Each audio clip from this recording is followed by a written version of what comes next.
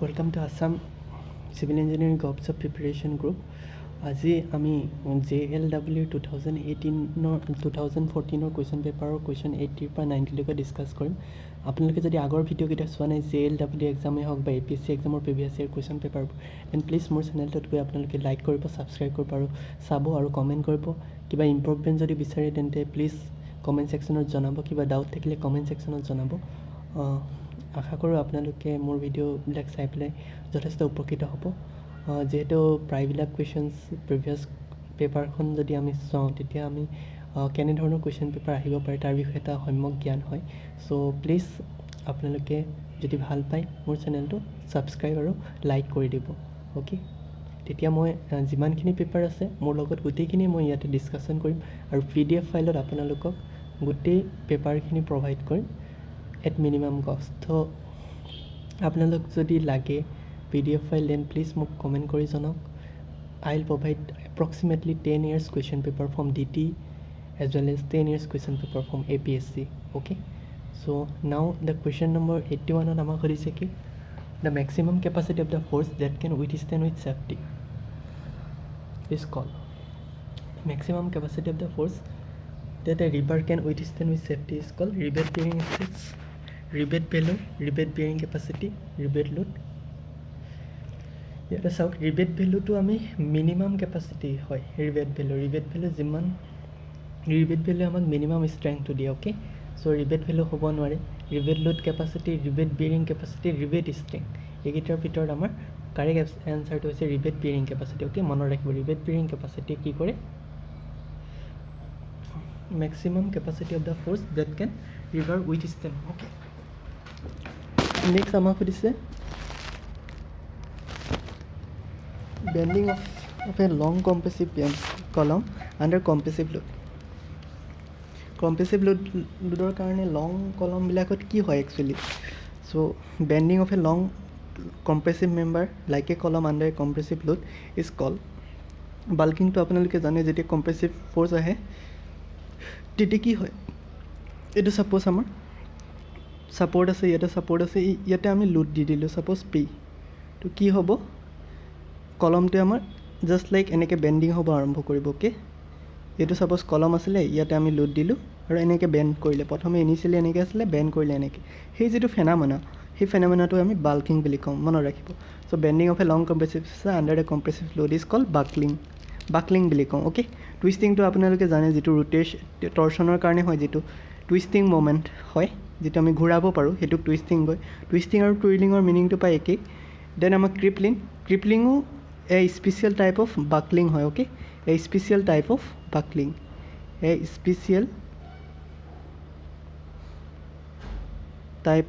Buckling, okay, A special type of buckling. সেইটো ক'ত হয়? ৱেব জইনত হয়। ছাপ'জ আমাৰ এটা ছেকশ্যন আছে, ছাপ'জ এইটো কি হয় আমাৰ টি জইন। আমি ইয়াত ওপৰত যদি লোড দিওঁ কি হ'ব? ওপৰত দিলে আমাৰ ওপৰত যদি আমি লোড দিওঁ বিমটো কেনেকৈ বাকল কৰিব? Beam is buckling only the web portion. Okay, web পৰ্চনত বিমটো বাকল কৰিব। অ'কে, সেই যিটো ফেনামেনা সেইটো হয় ক্ৰিপলিং। ৱেব পৰ্চনত যদি বিমটো বাকল কৰে তেতিয়া ক্ৰিপলিং হ'ব, আৰু জেনেৰেল কণ্ডিশ্যনত বাল্কিংটো হৈ যাব আপোনাৰ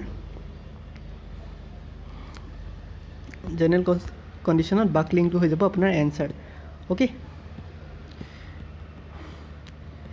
নেক্সট আমি যাম ক'লৈ? নেক্সট আমি কুৱেশ্যন 83 ডিছকাছ কৰিম। অ'কে, ইয়াৰ কাৰেক্ট এনচাৰটো হৈছে বাকলিং। কিবা যদি ডাউট থাকে তেতিয়া প্লিজ কমেণ্ট ছেকশ্যনত জনাব আৰু মোৰ চেনেলটো ছাবস্ক্ৰাইব কৰিব। আমি নেক্সট কুৱেশ্যনলৈ যাওঁ। এইটো এটা ধুনীয়া কনচেপচুৱেল কুৱেশ্যন সুধিছে, ষ্টিৰাপ আমি কি কাৰণে দিওঁ? আচলতে ষ্টিৰাপবিলাক কোনবিলাক ষ্টিৰাপ গম পাইছেনে? ছাপ'জ এইটো আমাৰ মেইন ৰেইনফৰ্চমেণ্ট বাৰ, তাত আমি কি ষ্টিৰাপ কিছুমান এনেকৈ লগাই থোৱা থাকে ৰাউণ্ড শ্বেপৰ। আপোনালোকে যদি কনষ্ট্ৰাকশ্যন ছাইডত যায় এনেকুৱা কিছুমান ৰাউণ্ড শ্বেপৰ ৱায়াৰ বাউণ্ড কিছুমান দেখা পাব। এইবিলাকক আমি কি বুলি কওঁ? নাথিং বাট ষ্টিৰাপ। অ'কে, ষ্টিৰাপছ। অ'কে, ষ্টিৰাপছ। তো আমাক সুধিছে এই ষ্টিৰাপবিলাকৰ ফাংচনটো কি? অ'কে, ষ্টিৰাপবিলাকৰ ফাংচনটো কি হয় সেইটো সুধি আছে আপোনাক। চ' ষ্টিৰাপবিলাকৰ ফাংচনটো হৈছে কি?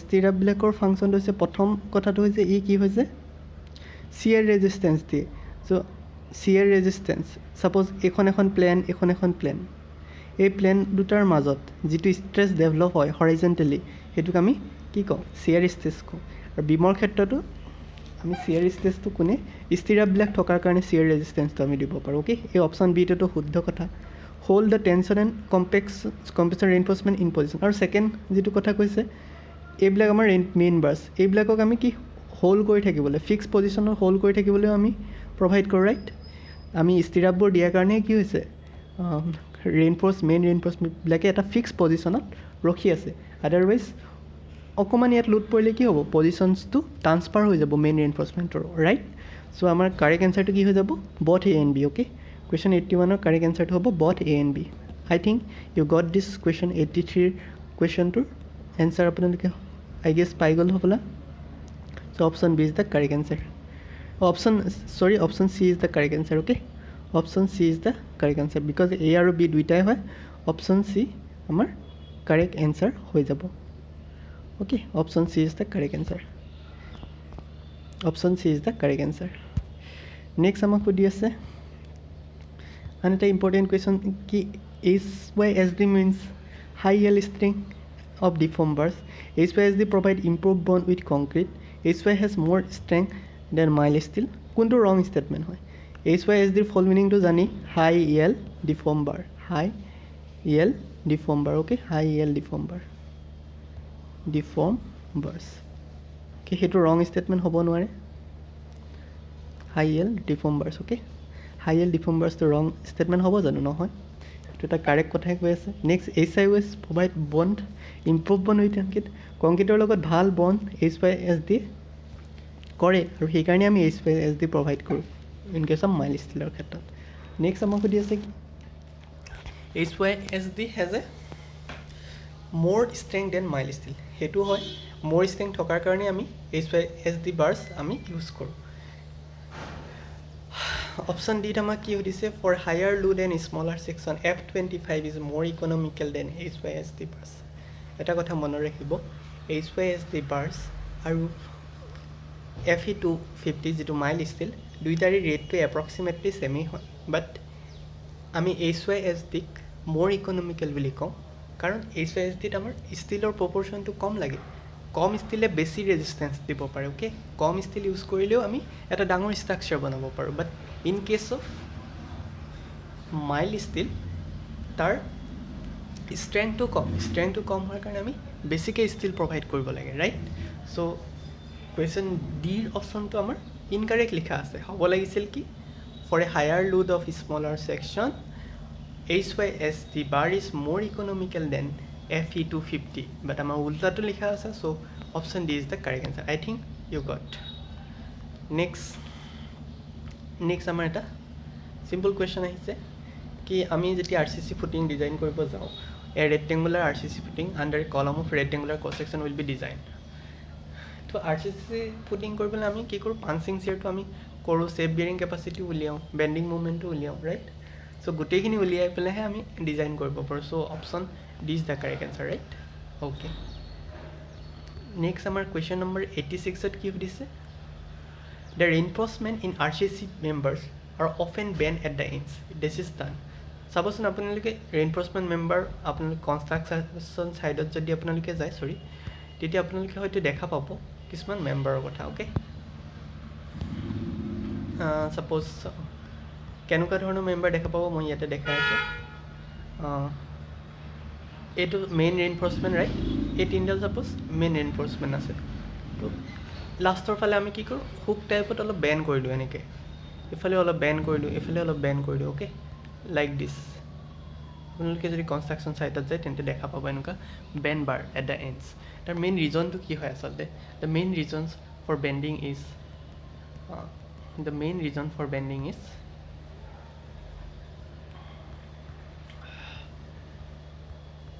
ইনক্ৰিজ দ্য টেনচাইল ষ্ট্ৰিংটো বঢ়াবলৈ আচলতে আমি বেণ্ডিং নকৰোঁ পাৰ্চেণ্টেজ অফ ষ্টিল বঢ়াবলৈতো হ'বই নোৱাৰে ইনক্ৰিজ ইন দ্য বন য়েছ মেইন ৰিজনটো হৈছে কি ষ্টিল আৰু কংক্ৰিটৰ মাজৰ যিটো বন সেই বনটো আমাৰ ষ্ট্ৰং হ'বলৈ আমি প্ৰভাইড কৰোঁ okay so' option C is the correct answer okay option C is the correct answer next এটা চিম্পল কুৱেশ্যন আমাক সুধিছে broken stones place under the railway sleeper. Railway sleeper যিবিলাক ষ্ট'নছ থাকে সেইবিলাকক আমি কি বুলি কওঁ? বালাজ বুলি কওঁ। অ'কে, বালাজ বুলি কওঁ।